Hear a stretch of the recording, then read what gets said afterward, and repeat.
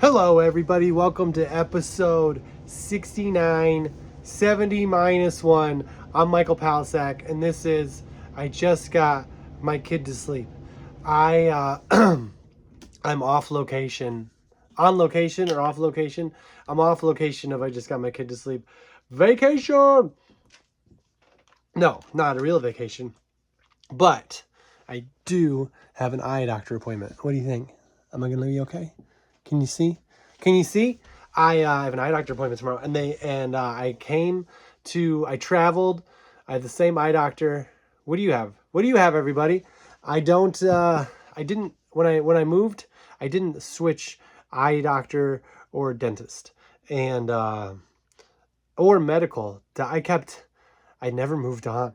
I should have. No, but it's such a good. I don't know.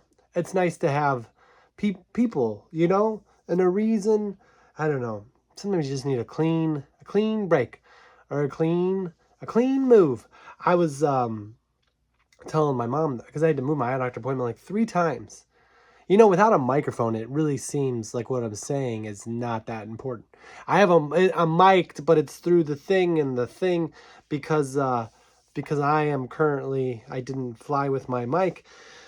But I could wait till Wednesday to do the podcast, but it's like, no, so many people are used to you sometimes getting it out by Tuesday. They'll be like, oh no, does this mean it might not come out till Wednesday like it does sometimes? How could we ever keep listening knowing there are so many things that come on in my life on Tuesday and Wednesday? I won't have time.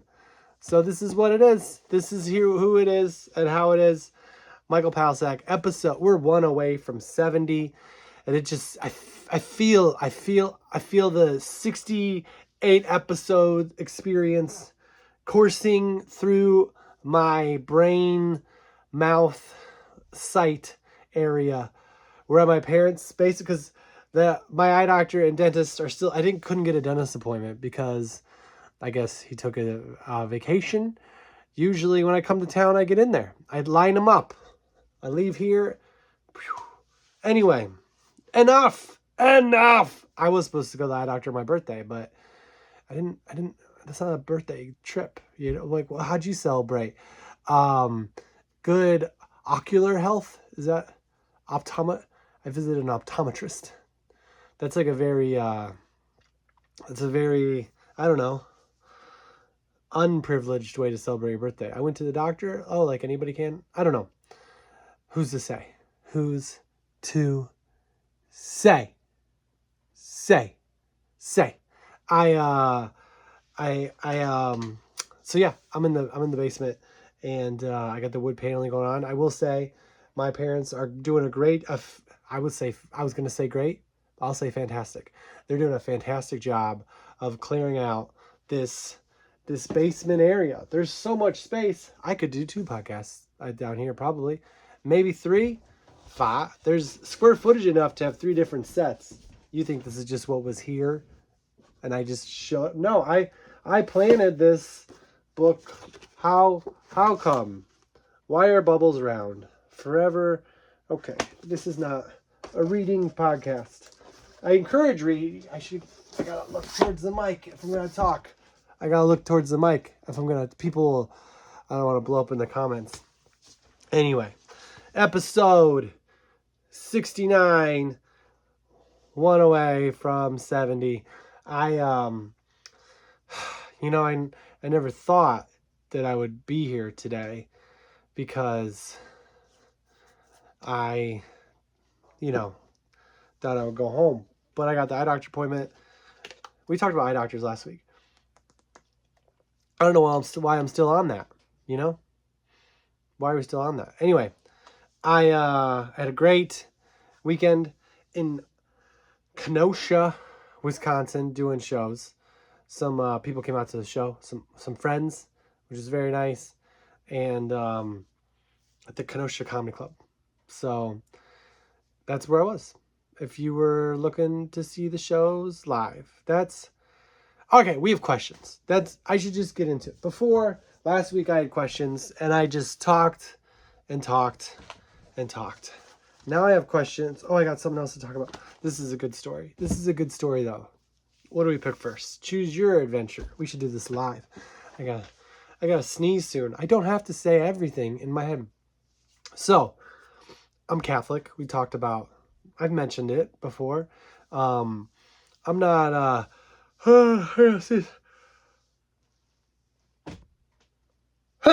what?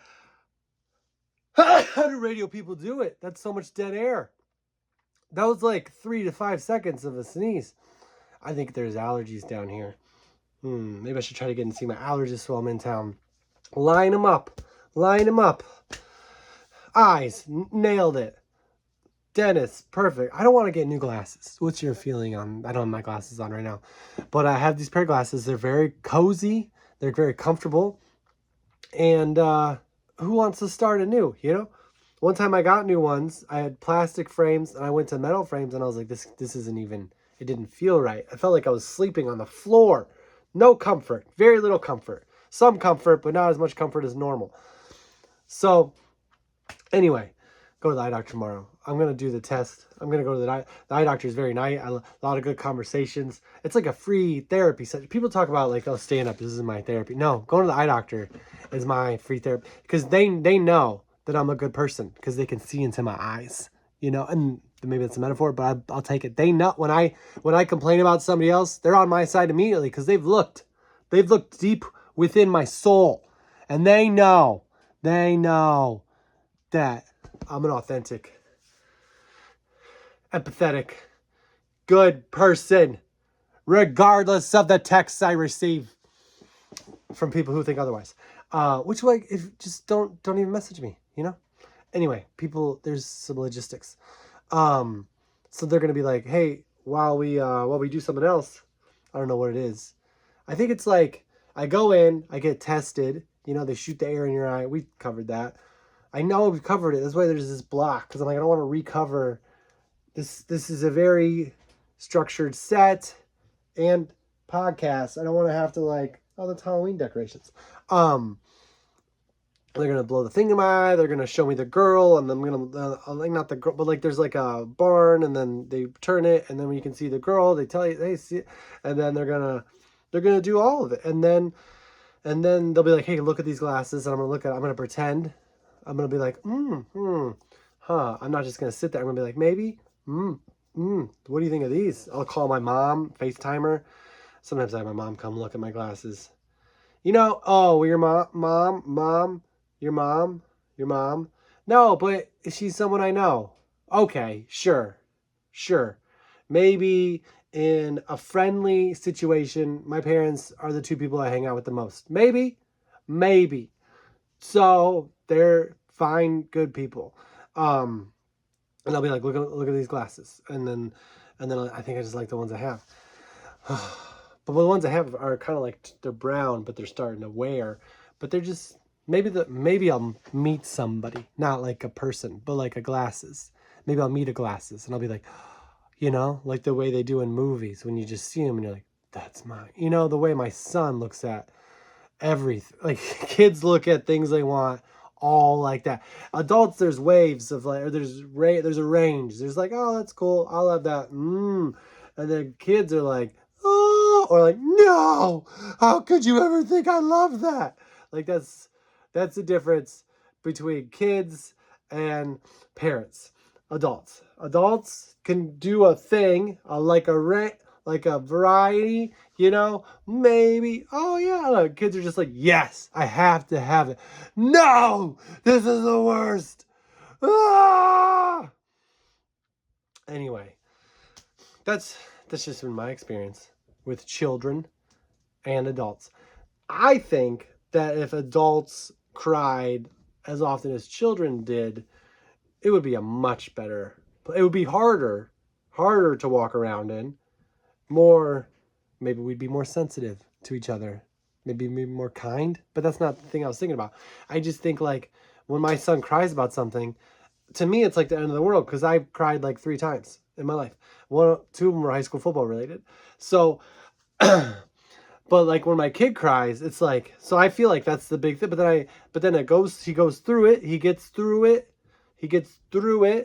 And then it's like, oh yeah, this is, to him, it's just, oh, that's how I express that emotion. You know, it's not the end of the world, Dad. That's just how I express that emotion, is what he would say if he had words for what he was. If I was talking through my kid, that sounds, I don't know.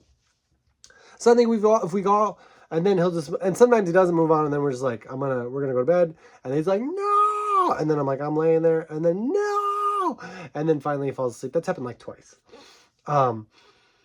Anyway, anyway, anyway, anyway, anyway, anyway. Nah. There's no commercials on the podcast. There's just times where I'm thinking or writing something down. Sponsored by Future Thoughts. Thoughts I've already said, but I wanted to remember for later. Future Thoughts by Michael. This is a podcast where I'm thinking, and I'm going to write it down if I think it's a good future thought. Like a thought to remember. A point. A talking point. A thinking point. You get it. So, that's how kids, that's how adults. But yeah, I don't remember the crying thing. I don't remember how I got there. But glasses, who knows? Tomorrow could be the one. Could be, oh. But I got glasses I like, and I have another pair. Not to brag, but I forgot glasses one time. And yeah, now I have contacts. Can you even see? Are these good for me? Can you tell? What's your pre-visit? Can I see well? Hold up something. I didn't realize till like a year or two ago, probably maybe 3 years, that like if you hold stuff up really close to your face, it's hard to read. And I remember I called my eye doctor and she's like, yeah, that's normal. And I was like, I don't like it. It doesn't mean my eyes are going. She's like, well, a little bit, but it's also like nobody can read stuff right up close to your face. Nobody can. Nobody can, Michael. Who are you to do something? Nobody can. Nobody can. It's weird. There's I don't know if you're listening, you can, but there's a light switch. Ooh, no, we don't like that. Ooh, no. And then an outlet right below it. That's strange. A lot of wires going on back here. How you doing, wires? What a great environment right now. Just so you know, there could be like a thing going, like an air conditioning vent sound or a beeping sound, but none of that's happening right now. Oh, I shouldn't have mentioned it. What kind of things come up in your Google searches? Here's the kind of dopamine scrolling, which let's just calm down, everybody. I remember when someone was like being on your cell phone was like the new smoking cigarettes. Okay, easy. It's not like I'm on my phone taking a break 3-4 times a day. It's more like 15. Like, okay, so I could see, but still. Anyway, when I'm all done, when I've gotten through all the social medias I'm on, I got locked out recently from my dating app. Not like because I did anything wrong. I know that sounds like someone did something wrong, but like like sometimes, why do phones do this? Hey phone, why do you do this? I'm not gonna say Siri because it would just be like, what do you want? And then might stop the recording, and I don't want to do that. But sometimes my phone will have an app that works all the time, every day, every day time. And then one day it's just like, we're not sure if you work here. It's like, I come here every day, dude. This is my phone. We had to log you out. Just put in your just put in the password, the thing. Of course I remember the pass. I have like 80 apps. I'm not bragging, but like I have 80, so many apps. Do you want me to remember your password? Why don't you use the same one? Because I know that's the trick. That's what you want me to do, is use the same one. I'm not going to do it. So don't even try to get me. But that's how I got locked out. I was on a dating app. And now there's people that might be sending me messages. The future, like glasses, but a person could be on there sending me messages. I'm making the camera shake. Sending me messages right now. I'm just like, I don't know. I'm not anybody. I don't think I thought that I met somebody. I think I thought that like before, okay, who's done internet dating? Raise your hand. Before I ever did it, right? I thought that I would meet, like, you would meet someone that you wouldn't normally, that you wouldn't know you could meet, you know? That, like, then it's like, I thought that was like not like a problem, but like a thing that had a solution. And and and then they got on there, and it seemed like not more problems, but like, it wasn't like, how do I, like, I feel like when you meet someone in life, right, or a friend recommend, there's like an attachment, and there's a person, and then when you go out with someone on a dating app, it kind of feels like, and maybe this is just a weird, it kind of feels like the internet is just creating robots and sending them your way, and then they're just gone. I don't know. I also got locked out. So who all these people I was, not all these people, but if I was talking to somebody, now they're like, who are you? Where are you? Where are you? I get it. I get it now. One time a person messaged me and they sent me their phone number, and they're like, just text me now. And I was just like, this is going to sound really bad, but I didn't, I don't know. I just didn't copy and paste it. That doesn't sound that bad, but I just didn't copy and paste. I was like, there wasn't enough there. That's what it was. If you're ever talking to someone on the internet and you want them to get to know you better, don't give them a thing to do, you know? Like, just make it really, just keep talking to them on the thing. Because I was like, now I could message on the normal thing, but then she just gave me the phone number, and I don't want, do you know how hard it is to copy and paste? It's not that hard. Come on, Air. I appreciate you. Okay, I'm going to move closer.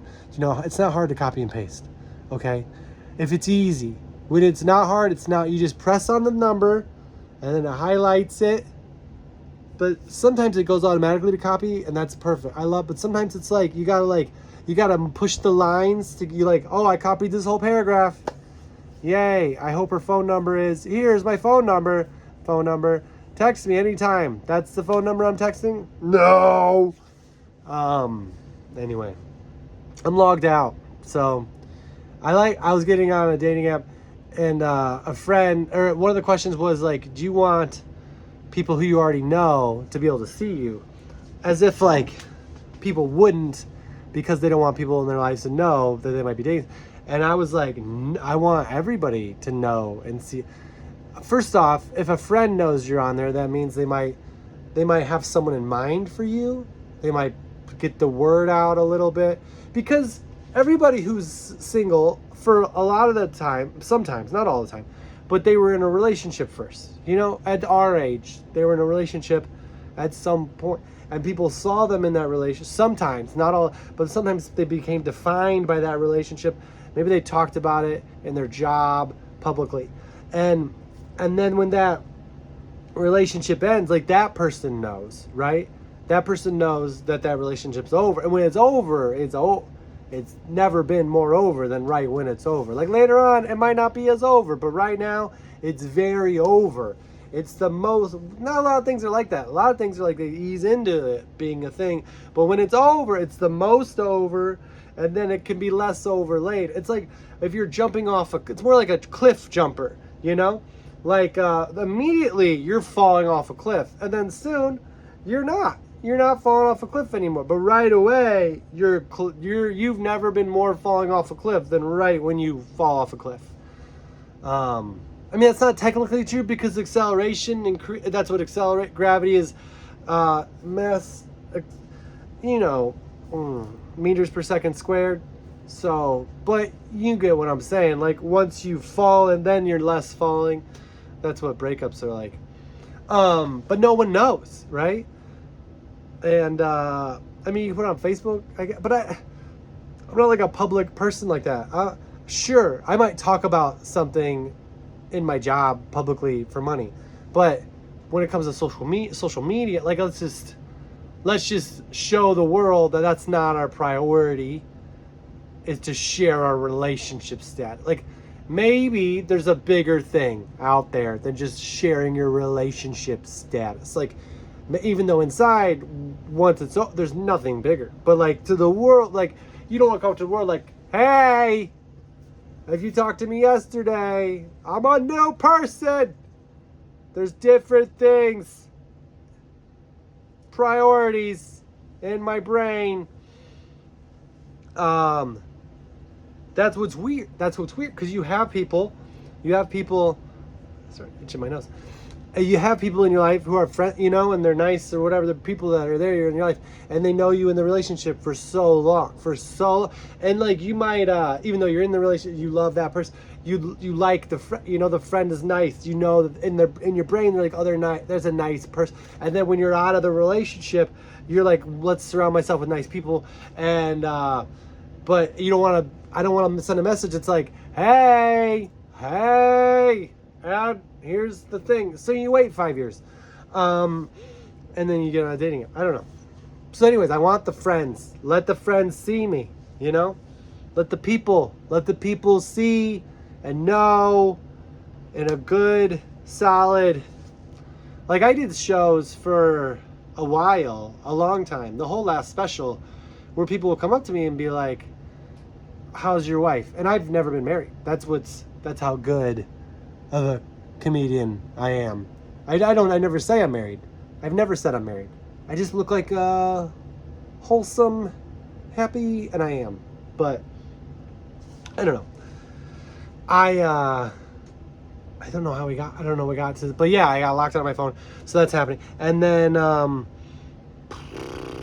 did have someone who I knew from real life send me a message, and it was just as awkward as it would have been in real life, Like, they were like, hey, and then they laughed, and then I laughed, and then we both, at least I was like, oh, we should still hang out, we should still get together and laugh about this, but I couldn't copy, I don't even have to copy and paste. Someday. I'm a dad. That's the thing. When you have a kid, the dating thing is like, it's like a thing that you think about, But because you're a dad, you don't have to think about it. Like, I feel like before I was a dad, there was like work, there were friends, there was like, I don't know, I played like sports or whatever. And then there's like, oh, who's gonna be with you forever? That small detail. But now it's like, oh, I have work, because I'm a dad and I have to support a child. And then I'm a dad, so I gotta be there to support. And I love both of those things. And then it's like, oh, and then there's friends, which take a little bit off with all that. And then there's like family, and then there's like, it's like you get struck by lightning every once in a while. It's just like, oh, I should talk to someone who doesn't just want to be a friend, just a friend, just a friend. That makes you feel special and new, and like they're interested in you as a person. And like if something went down, they'd be like, they would take your side without even asking, which you should, especially early on. If someone calls you with a big problem, you should be like, that's not. Anyway, my phone locked me out of it myself. Not my whole phone, just the app. Just the app was like, we're gonna need you to sign in again. We don't know if you're you. We've had some complaint. No one's complaining. Who's complaining? How do people talk to people on the apps? I've sent messages, but sometimes you don't know them. So you don't know the jokes that they're going to get. And not that I'm a cross person at all, but even like the little like stupid jokes. Sometimes people think they're real. And then you got to be like, oh, that was a joke. And they're like, what do you do for a living? Oh, I'm a comedian. But you didn't get the... No! Okay. I had a great birthday, by the way. I'm a new age now. This is a new age. Can you tell? Can you see the age? This is a lot of light. So I probably look the same. It's a new age. This is an old shirt too. This is a parent shirt, not my dad's shirt or anything, but it's a shirt that's been at my parents' house for a while. So I get it. It gets used today. But yeah, it was a great birthday. Great birthday celebration. I was with my son. We had a great time. We went to Universal Studios, Hollywood. Here's my only thing. If you're a fan of the podcast, then I appreciate you. But we talked about, so we go to Mario Land because he loves it.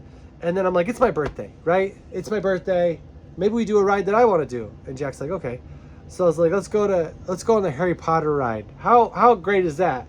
On my birthday, to take my son on this ride that exposes him to the whole universe that I read about growing as I grew, you know? And then we get up there, and the thing says you have to be 48 inches tall to ride the Harry Potter. For those people who don't know, it's not like a huge roller coaster. It's just a little whip you around thing with screens and stuff. And a lot of those are like 40 inches or 42. This was 48. So we're up there, and I'm like, you can't go, which is really weird to be like, it's. So then we're walking out, and there's a lot of like games you can play, like carnival games in the Simpsons Land, which are super fun. And he's like, can we do those instead, Dad? And I'm like, yeah, it's my birthday. You didn't get to go on this ride. We're doing those games. And there's one game there where they tell you you're not going to win. They're like, nobody wins this. And I'm like, well, what do you get for winning? They're like, a stuffed animal. I'm like, I'm okay not winning, you know? Like, we have stuffed animals. Like, it's a win to not bring 6 stuffed animals home. So thank you, but let's just lose. Here's what's more valuable than a stuffed animal: the lesson of loss, the lesson of failure, and how you could still feel good about yourself, even if you don't knock all the milk jugs down, which you're supposed to get all 5 down in one shot. All 6. I got 5. You're supposed to get all 6 down in one shot. What is this? Scammers paradise? So we did that. We lost. And then we did the one where you shoot the water into the hole and the dogs race across. And that was super fun. I let Jack win. I shouldn't say that. He might listen to this someday. But I wanted him to win, and he won. And he got a stuffed animal. Like, you pay $20 and he gets a stuffed animal for winning. And then we popped some balloons and won. And then we threw some bean bags, and we knocked over some little weird clown stuffed animals that go like this. You know? That's not a good visual at all. And they got orange hair, you know. And we knocked them down, and we got this huge groundskeeper Willie stuffed animal that's like 3/4 of the size of my son. Like, I feel like when my son was carrying him, I was like, oh, that's what it's like for me to carry my son. Well, he's not 48 inches even, but he's not even 4 feet tall.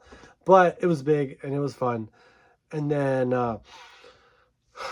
they have these donuts at Universal that are supposed to be like Homer Simpson's donuts. They're big, and they're pink, and they have sprinkles on it. And he's like, can we get one of those? I was like, yeah. And we bought it. I was like, Jack, this would be great. This is like our birthday cake for me. And he's like, no, Dad, we're still getting a cake. And I was like, all right, we'll freeze this. We'll eat it later. He's like, no, Dad. I was like, okay, we're going to eat donuts and cake. He's like, yeah. He forgot about the donut. Don't worry. No reason to call any nutrition board. It was a nice day. It was a nice day. And then I went to Chicago, and I got to go to a White Sox game on Sunday, and they won, and it was very special. I'll post about it on Instagram. Also, any questions anybody has, feel free to message me. I got some more questions here. So I'm going to go into these, see how they go. We're just going to see how they go. We started doing a couple of them. These are mostly about stand-up. Because some of the listeners are stand-ups, and they're interested in that. I didn't plan for this, okay? I didn't think, oh, I'm a stand-up guru.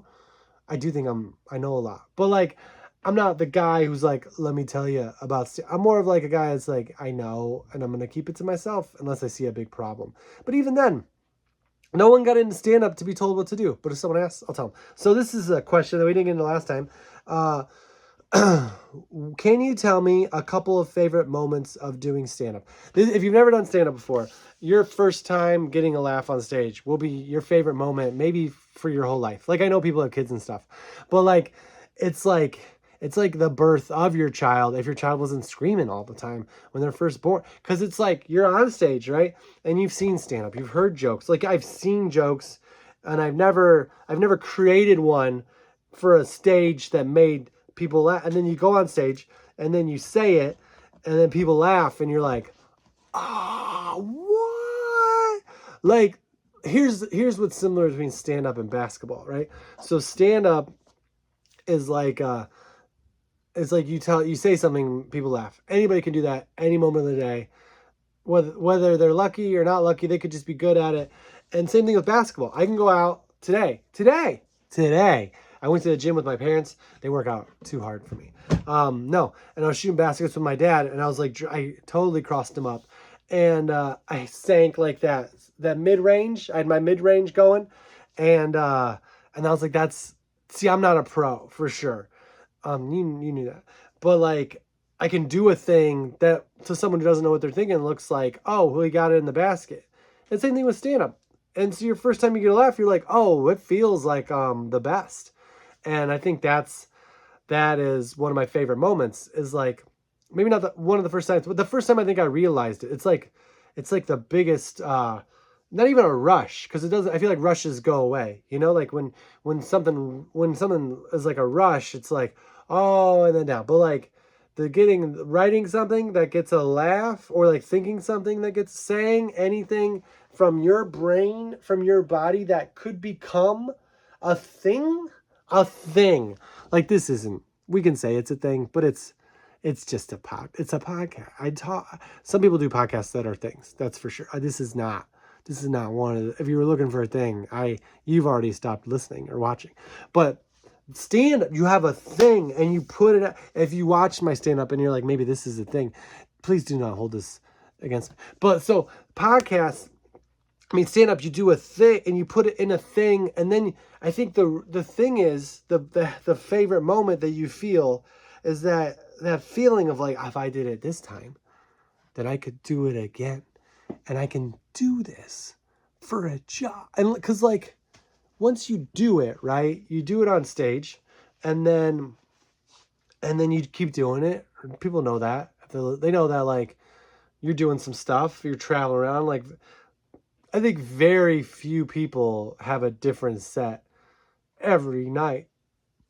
My brain doesn't wrap around how that could be possible unless you're really, really confident and really, really famous. I don't know if that matters or not, but like for the show to be good and like to be just randomly talking, Rory Scovel does the thing where it's an improvised show, but it's an improvised show. They know, like, I just stand up on the spot, but people know, but I don't think anybody does making it up for a whole show every night with people thinking, oh, that could be scripted. But I don't know. Without telling people it's made up. Maybe they do. Maybe some people do.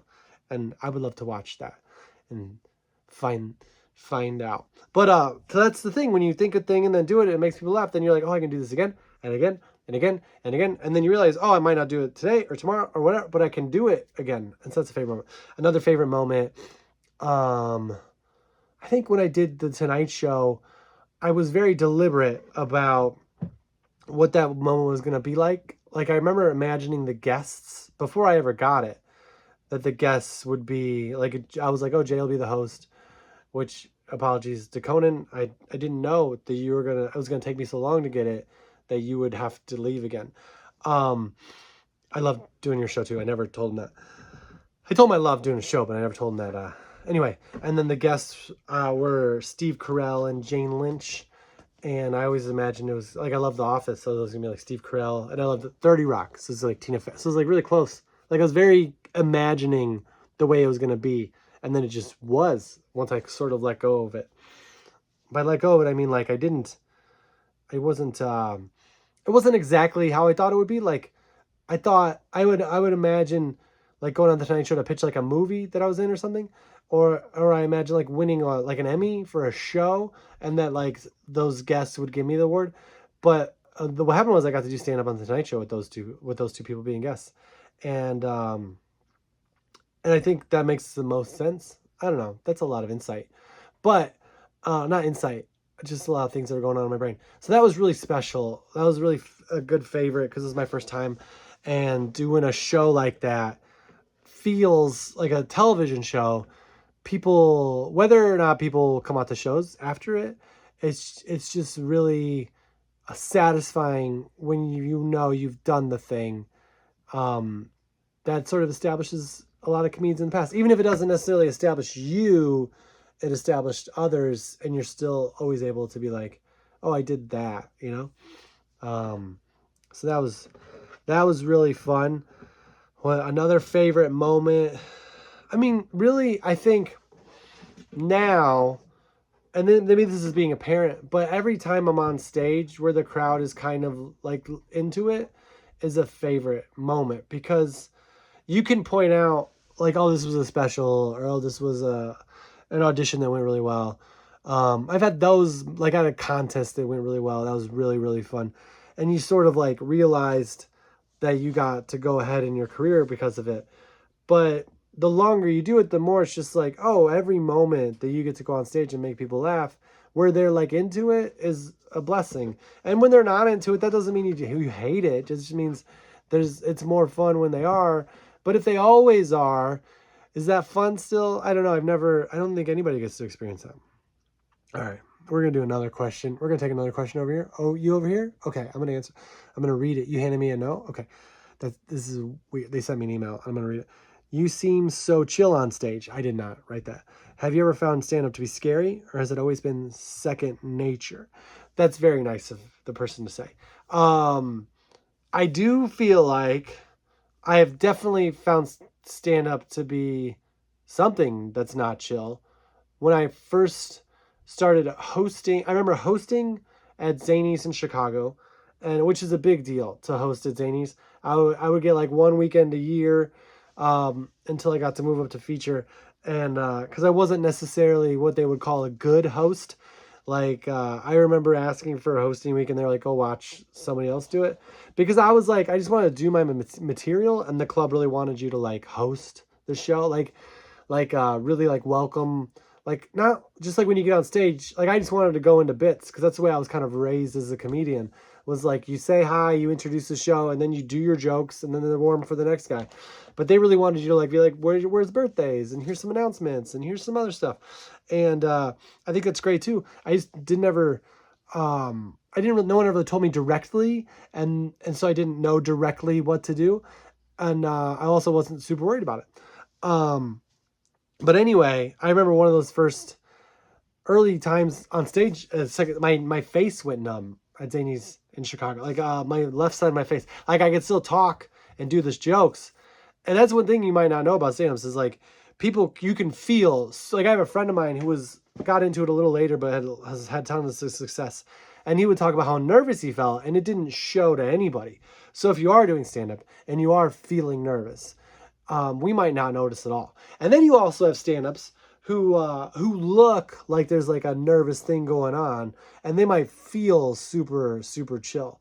Like I feel like Midge Hedberg was very like, had some stuff going on, and there was I've seen a comedian recently who was very much like, had all these like little tics that just happened to be her as a person. And so I don't think it was like a super nervous thing. It was just like, that's what made her comfortable. But the good news is that when you get into like acting, right, or improv, or like sketch, you're asked to be not yourself, right? On some level, like they want you to be yourself, but as the character, and they don't want to necessarily, they want to see you, but really you got to serve the whole thing you're doing, whatever it is. But in stand-up, I've found that the best way is to just be you, like the times where you can be most relaxed is when you are just achieving that. Because even if the words you're saying aren't funny or communicated well, you're a person. And being on stage and being just a person is interesting, whether the audience will let you know or not, and chances are they will. If you're open to the conversation of talking and hearing laughter, that's going to give you the head start of the set every time. And if you're not, on the other hand, I feel like that's what's scary, is when I go on stage and it's the last show of the weekend, and I've already planned to go home and play Castlevania 2, which I just got for my birthday from the original NES. It's like, I don't know, 30 years old, 35 years. And I never had it as a kid, and I never got to play it. And I'm really excited to explore this world that I know other people did. And it also reminded me of like a childhood that I didn't have necessarily, but I could have in some sense. If I'm already out of the room and then I go up to do the show, it's like, well, that's not that, like I'm not in it, not in the moment with it. So the second question that's a part of that question, they got it's a 4A, 4B. If the stage isn't scary, is there any part of stand-up that is? I think the scariest part about stand-up, which I don't have to answer this, by the way. Like, this isn't, what? This is my therapy now? I think the scariest, and this is minute 40, so if you're listening still, then you're a friend, or you're an enemy who wants to find my weaknesses. The scariest so here's the scariest part, and this is where I should say a joke because I made it very serious, but I think that for me, the scariest part, and which maybe it shouldn't even be scary, maybe if I say it, it won't be so scary, but like the scariest part is like committing decades of your life to this thing, and because you have a lot of dreams and goals and passions involved in it, and never getting any of them, or even the ones you get, then you take them for granted, and then like, well, I'm never gonna get anything ever again. I'm just gonna lose for the rest of my life. That's the scariest part about stand-up, is I'm gonna lose for the rest of my life. Not that I'm losing now, right? Like the shows, at a certain point you do well, so that's not a loss. But just like the day to day, right? Like you can always find holes in the career that you'd want different things you want different. Sometimes they're very hard to see, sometimes they're very easy. And you're like, when is it? People would look at what I do and they're like, oh, he's there, right? And then I see my day to day, I'm like, there's no way. But I look at somebody else, I'm like, they're there. Why are they even doing anything else? Because they're already there. They don't need to do they could just keep doing what they're doing and be happy forever. And so I guess it's all perspective. But that's the scariest part. But I guess the least scary part about it is that you don't know. You might not lose forever. And when I say lose, here's exactly what I mean. When your name is on the place and people can buy tickets and very few people do, that feels like a loss. And it's not, I don't need people sympathy or anything, but it just feels like, how are you going to get booked? You know, like people book comedians they like and then they'll sell tickets a different way. But it's like the momentum, like no momentum. That's the scariest thing. Yeah, it got real. But I'm fine. Some people like, I remember I talked about not feeling well one time or another thing, and they're like, are you okay? This is just filling the hour. Anyway, let's go to another question. These questions, by the way, so nice. My nose is so itchy. I don't want to itch it on. Okay. What is something you wished you would have known about stand-up before you started? Very good question. I think about this every day. I think one thing I wish I would have known about stand-up when I started is the times of my life where the focus has been on like the fun of it and the joy of every moment, how that is so much more valuable than all the stuff I just talked about. Like any worry or fear about my career or scarcity of work or like money, that has never led to an answer. It's never fixed anything. It's just caused me to not get it, like to stay up later at night, or to eventually like, sometimes it does allow me to like break through into like letting all of it go and being like, okay, what is the advice?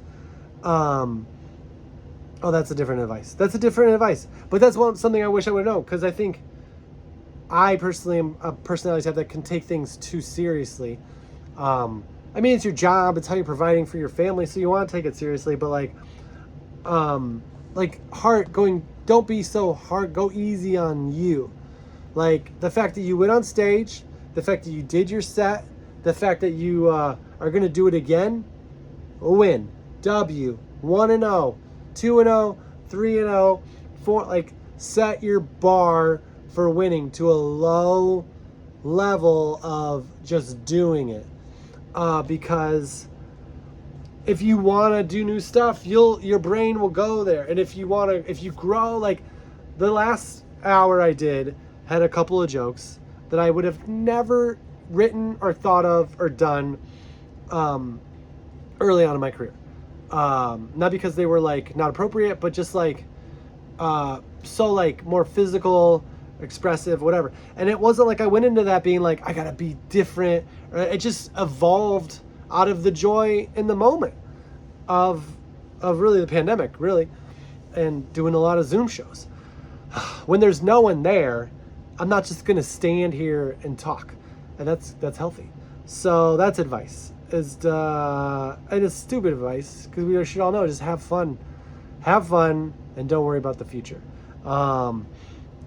And if would have ever done it differently, I think I would have just, like, I remember early on being like, because I started out in Chicago, of like, oh, there's 3 open mics tonight. I've done, or maybe there's like 5, I've done like 2. I could go home or I could do another one. And I would just stand in a parking garage being like, I should go to the open mic. Because when you're so early on, you don't have any credits necessarily. You don't have any like things to be like, no, I'll be okay.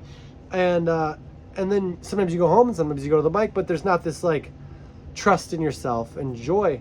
And I think that's a thing. Like, there's people I'm sure that could do well with advice to like go out there and get it, get it, go get it, hustle. There's people out there like that, and this isn't advice for them. This is advice for people that might be like really hard on themselves, that are pretty like good at it already. Just like super enjoy all the things that you get to do, especially in your life. I know some people say like have a life outside of stand-up, and I think that's good, but only if you want to. Like some people, like they talk. There's a story about Martin Scorsese, and he was making the movie The Irishman, which I thought was really good. Not just because I'm Irish, partially Irish. I think it's like Spanish Irish because of all the, I don't know. And Ray Romano was submitted for a role that he got, and he's talking to the casting director, like, he's great, but I don't know who he is. And it's like, oh yeah, Martin Scorsese didn't like hang out at home and watch sitcoms when everyone was doing that. And I don't think, you don't have to go do everything or do nothing. That was a silly way to wedge in a story. I'm not trying to brag that I've watched interviews, but I think that's the only thing I would have done differently. And I did sometimes, and I do it. Having a kid makes it easier, which Chad Daniels told me that when I didn't have a kid. I was like, do you have advice? And he was like, well, when I come home from work, from doing shows, there's 2 kids that love me so much. And I was like, oh, so I should have kids. And he laughed and I laughed. And then I became a dad like 10 years later. I was like, oh, I think I should have kids earlier. But you can find stuff like that, because once you have kids, then it's like a completely different ball game of like, now you're tired, you're going home early because you want to see your kids, and then you're tired, and then you're leaving late, so you're on the early flight. So I would say, if you don't have kids, enjoy the rest. Whatever would have ever done it differently. So I think that's the only thing, is I wouldn't have worried as much. And I think that applies to most of my life in general. I think the majority of my life could have been better. When I started out, and this is horrible advice, don't take it. It's just an example of, I opened for this headline. I was hosting the first weekend I think I was ever hosting on the road. And this headliner, she's very nice, but she was like, and this is not a real advice. This is bad advice. It's not true at all. And maybe this is good advice too. She said that when you're on the road as a comedian, you either like do drugs, or you drink a lot, or I guess eat a lot, or you like try to have sex with everybody. Like there's something that you do as a headliner that's like bad. That's your only way to cope with being on the road, which I don't think is true. I think you can have a very healthy life, and the road doesn't have to exacerbate it at all. But I remember in that moment being like, oh, I think I worry. And then all of a sudden, like, I had a lot of trouble enjoying, like, you go on vacation and enjoy a city, right? And I'd be on the road at work doing stand-up being like, what do I do now? I don't live here. What what do I do now? Like, because you're not in your home, you know? And I think the more you can be used to just not being in your home and being happy is healthy. These are great. These are really solid questions. I don't know if I should answer the next one because they're just, I really love pacing it out. You know, I've really enjoyed knowing that going into these episodes, if I can't think of anything, that I have questions to answer. All right, we'll do one more. You go to a lot of different venues. When you go to different venues, what is something you like to see? This is very easy. This is very important.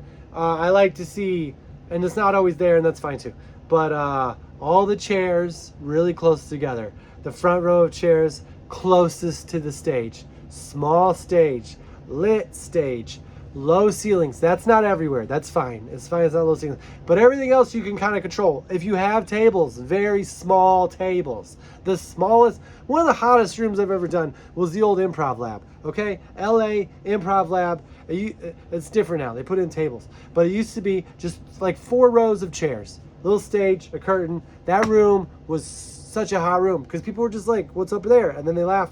Such a great room. It's very small tables. That's what I like. That's what I like to see. What is something that can be challenging to deal with? I think something challenging to deal with is when the people, like, comedy clubs are already set up like that. Every good comedy club is the way it is, and it's going to be that way. But when you go to a private show where someone books you for it, right? And they want you to be a comedian at their company or something. And I've done some of those where I think they were like advanced really well. I think that's where you do it, where it's all set up the way you want it. Or if it's not, they know that that's on them and that you would prefer it to be differently. Because the most challenging thing is you go to a venue and all the chairs are spread out everywhere, and there's like a dance floor in front of the stage, which my stand-up involves zero dancing.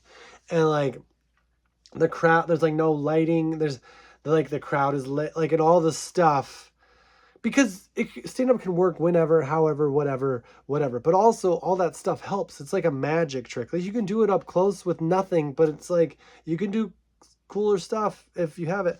So I think the most challenging, like, I got to a show recently, and I got there the night before, which I never do, and I went to the venue, and the tables were very big, which that's okay. But everything was like kind of spread out, not super spread out, just a little. And so I went over there and I was able to get in the venue by myself, and there was no light. I couldn't turn on the light, but I just like pulled everything closer to the stage and pushed everything closer together.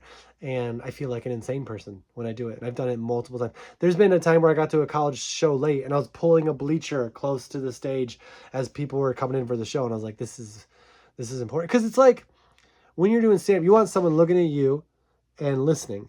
And if there's anything in between that, it's just like, it's a waste of space. Anyway, we're there now. We're there.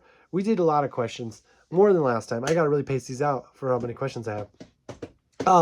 I will be in Miami, Florida, in July, and Las Vegas at Brad Garrett's Comedy Club. I'll be near Miami, Florida in July. Check out the website for tickets. And then I go to like Kansas City, Missouri, which will be really fun.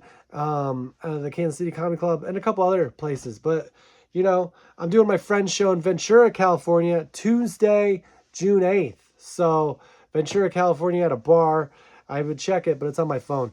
I hope I'm not locked out. Anyway, thanks everybody for listening. I appreciate it.